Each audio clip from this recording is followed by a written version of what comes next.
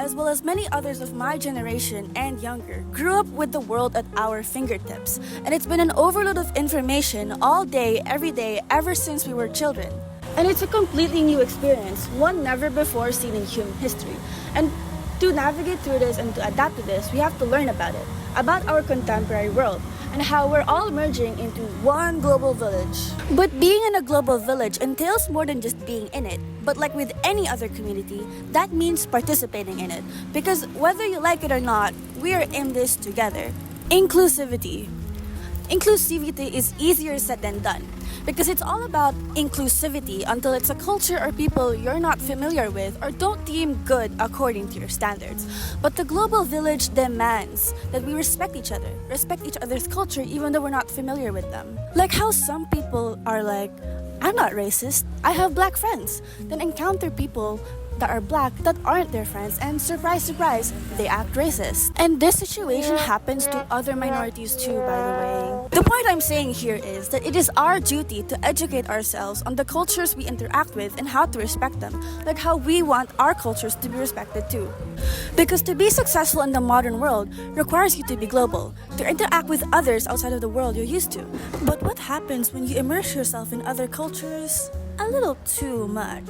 Colonial mentality has been a big problem in our country for decades or even centuries. But colonial mentality is also prevalent in other countries that have been colonized for a very long time. Do you ever wonder why the people were so invested in the US presidential elections? That's because we all know that the results will affect the world one way or another, because whether we realize it or not, the US affects the whole world and has centered itself as the center of the world.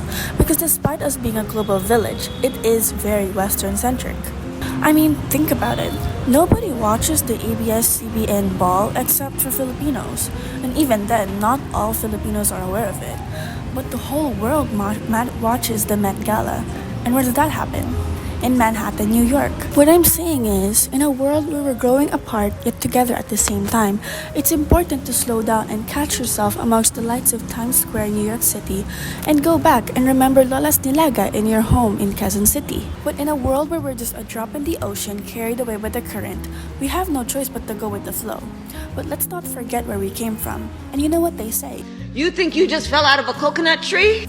You exist within the context of all in which you live and what came before you. The new world we're building requires so much knowledge and so much awareness, so it's never been more important to Get your fucking ass up and work. and learn, because knowledge has never been more accessible.